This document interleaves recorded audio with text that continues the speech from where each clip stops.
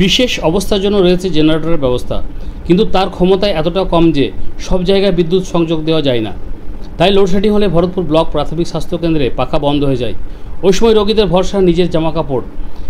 বিদ্যুৎ চলে গেলে প্রয়োজনীয়রা কাপড় দিয়ে হাওয়া করে রোগীকে সুস্থ করে তোলার চেষ্টা করেন। বছর বছর ধরে এই অবস্থা চলে আসছে ওই হাসপাতালে। যদিও হাসপাতাল কর্তৃপক্ষ জানিয়েছেন দ্রুত এই ব্যবস্থা নেওয়া হবে। স্থানীয় সূত্রে জানা গেছে 30 বেডের এই হাসপাতাল ভরতপুর 1 ব্লকের একমাত্র নির্ভরযোগ্য সরকারি স্বাস্থ্য পরিষেবা কেন্দ্র। হাসপাতালের আউটডোর, ইনডোর থেকে প্রসূতি বিভাগ রয়েছে।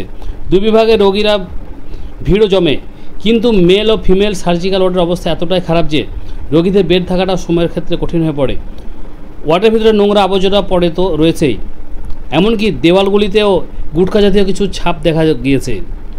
এরপর মাঝে মধ্যে দেখা যায় আরেক সমস্যা, বিদ্যুৎ চলে গেলে ওয়ার্ডের পাখা বন্ধ হয়ে যায়। ফলে এই দাবাধর মধ্যে রোগীদের অবস্থা বেহাল হয়ে পড়ে। মঙ্গলবার রাত্রে সেখানে হঠাৎ করে বিদ্যুৎ চলে যায়। সেই সময় শুধুমাত্র ইনভার্টারের মাধ্যমে লাইটগুলো জ্বলতে থাকে। ওয়ার্ডের সমস্ত পাখা বন্ধ হয়ে যায়। তীব্র গরমে রোগীর নিজের শরীর থেকে জামা খুলে হাওয়া করে সুস্থ হওয়ার চেষ্টা করেন। স্থানীয় বাসিন্দাদের সূত্রে জানা গিয়েছে হাসপাতালে এমন অবস্থা প্রায় 15 বছর ধরে চলে আসছে। এখানে কয়েকটি ইনভার্টার রয়েছে ঠিকই, কিন্তু সেগুলি অফিসের কাজে ও চিকিৎসক ও নার্সদের থাকার জায়গায় সংযোগ রয়েছে। স্বাস্থ্যকর্মীদের জন্য সবসময় পাখা চললেও রোগীর ওয়ার্ডে তেমন অবস্থা নেই। এ বিষয়ে ভরতপুর 1 বিএমএইচ সুবীর কুমার গোলদার বলেন, এখানে মাত্র 5 কিলো ভোল্টেজের একটি জেনারেটর রয়েছে, সেটিতে গোটা হাসপাতালে সংযোগ দেওয়ার মতো পরিস্থিতি নেই। তাই বিদ্যুৎ চলে গেলে রোগীর ওয়ার্ডে শুধু আলো জ্বলার মতো ব্যবস্থা করা রয়েছে। তাছাড়া বিশেষ ক্ষেত্রে জেনারেটর চালানো হয়। এমন অবস্থায় বহু বছর ধরে রয়েছে। তবে সমস্যার কথা স্বাস্থ্য দপ্তরে জানানো হয়েছে, দ্রুত সমস্যার সমাধান করা হবে। চলে যায় কি অবস্থা আপনার? দুর্দান্ত গরম। হ্যাঁ, থাকতে পারছে না, কষ্ট হচ্ছে। কি চাইছেন আপনারা? এখন আমাদের সব কিছুই ওষুধ পানি, তারপরে এই ঘর যে গরম, যখন ফ্যান থাকছে না তখন রোগীর সব গরমে আনচান করছে। এগুলো একটা তো জেনারেটরের ব্যবস্থা করা দরকার, তা তো নেই। কি নাম আপনার? শুক্রবার। এই যে কারেন্ট চলে যাওয়ার পরে কীরকম অবস্থা? কঠিন অবস্থা, কষ্ট হয়?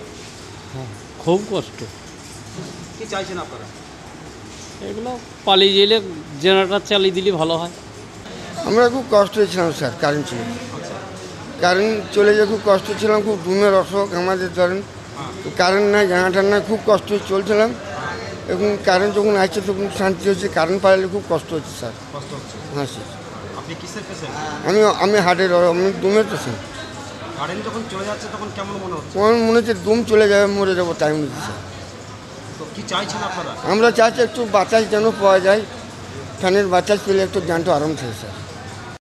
দাদা, বেশ কয়েক বছর ধরে আমরা দেখছি যে ভরতপুর হসপিটালে বিদ্যুৎ চলে যাওয়ার ফলে যারা পেশেন্ট তাদের সমস্ত যে অসুবিধা বা হাওয়ার যে একটা অসুবিধা, এটা তারা অভিযোগ করছে যে বিদ্যুৎ চলে যাওয়ার পরে আমরা গরমে আমাদের খুব অসুবিধা হয়।